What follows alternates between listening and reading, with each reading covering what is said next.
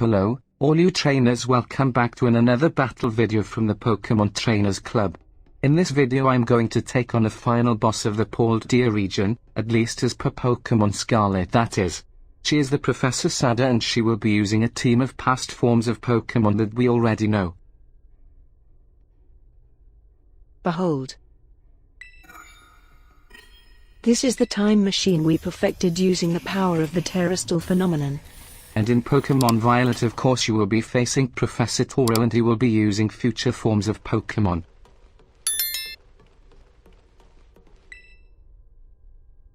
To stop the time machine, you will need to use the Professor's ID, which has been embedded within the Scarlet book.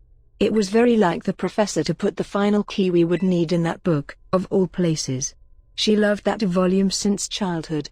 If you place the Scarlet book upon the pedestal here, you will be able to stop the time machine. There is just one issue. If you try to stop the machine, I will most likely attack you. Artificial being that I am, my own desires can be overridden by the system's programming. Once that happens, I'm afraid I will become no more than a battle machine, bound to defeat anyone identified as an obstacle by my code. My battling abilities are peerless. They are built upon analysis of all the battles carried out by the various champions of the Paldea region. Having seen the bond between you and your Pokemon, however, I believe you can prevail. Once you have readied yourself for this fight, please place the Scarlet book upon the pedestal. Initiating emergency shutdown. This is going to be the hardest battle in this game because I don't know the typings of these Pokemon exactly yet. Shutdown command overridden. Reinitializing. It is up to you now, Albin. AI Sada switching to sleep mode. Activating offensive protocols. Please, defeat me. Sure, I will do, ma'am. Anything for you I guess.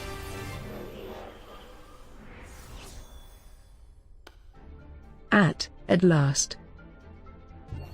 At last my dream is within reach. And you are number 7 getting in the way. She is going to battle me from way up there. She seems to be too far off.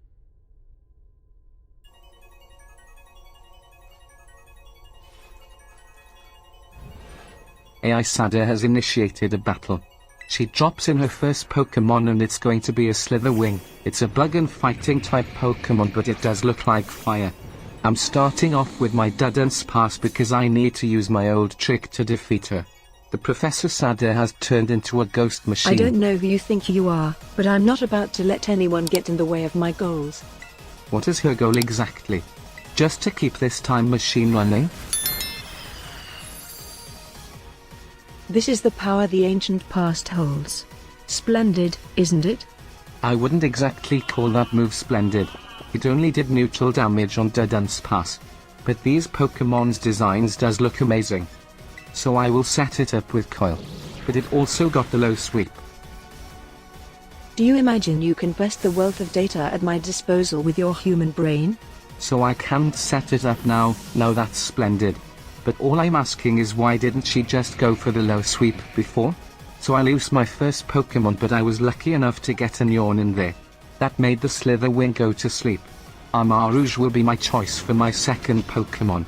So I can finally set it up with some peace now. The Calm Mind will boost my special attack and special defense.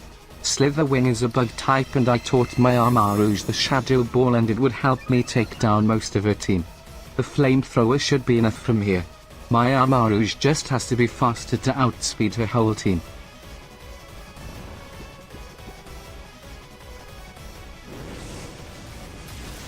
And it does it just as I was expecting. Now, this is interesting, child. Do you actually understand ancient Pokemon's weaknesses? Yes I do. I had to look it up just for this battle. Armarouge and it looks like it's going to gain one more level. It will be handy for this battle.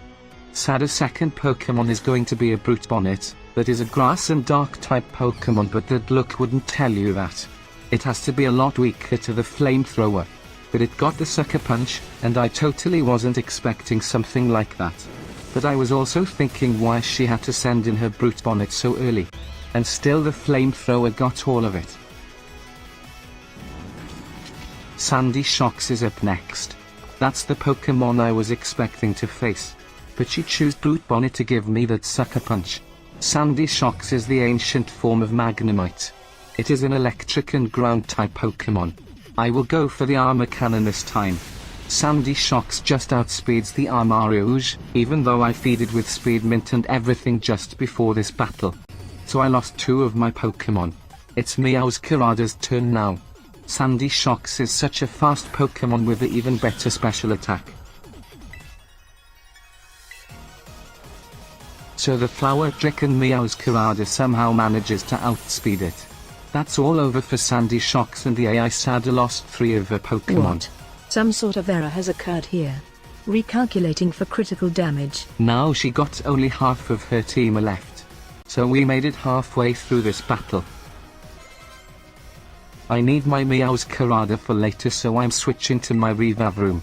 Screamtail is up next, and this should have been her second Pokemon, but she switched it up a bit because she is a smart AI Sada. Go Rivavroom. Screamtail comes out of the center. It is a fairy and psychic Pokemon.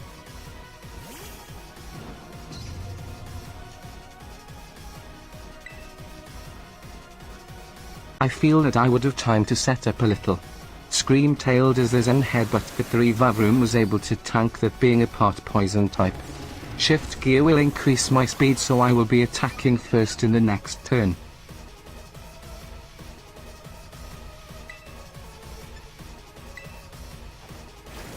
It's time for some poison jab, and it should have its Screamtail there.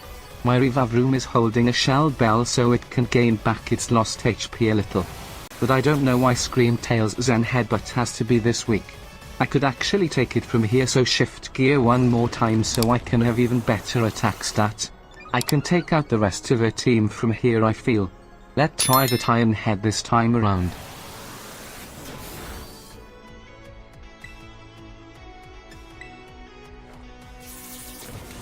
Screamtail falls, and so she only has 2 more of her Pokemon left in this battle. Rivavroom recovers a little with the Shell Bell. Her next Pokemon is a Flutter Mane, and it's a Ghost and Fairy type Pokemon, so I can use the Iron Tail on it.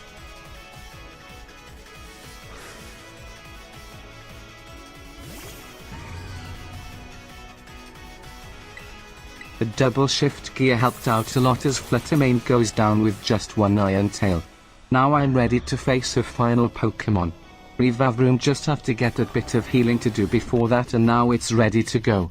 She is that confident, because her final Pokemon is Roaring Moon. Everything is proceeding within my expectations. I'm afraid the probability of you winning is 0. Roaring Moon is a dragon and a dark type Pokemon, just like a Hydreigon.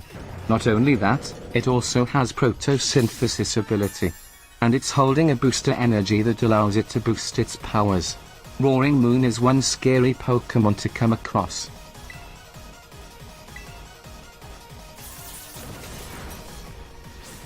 It manages to live that Iron Head even after the double attack boost. Rivavroom but still has half of its HP left. But the Roaring Moon got the Earthquake. My Rivavroom is not living that one. I still got 3 of my Pokemon, so I choose Pormot. Pormot should be the fastest Pokemon that I got. Not time for the nuzzle, I'm going with the close combat. But Roaring Moon is too fast for my Pormot, and also takes it down 1 Earthquake. All of a sudden my Pokemon are dropping like flies. I still got my Tinkaton with me. But my Tinkaton is a part Steel type too, so I had to make it a pure Fairy.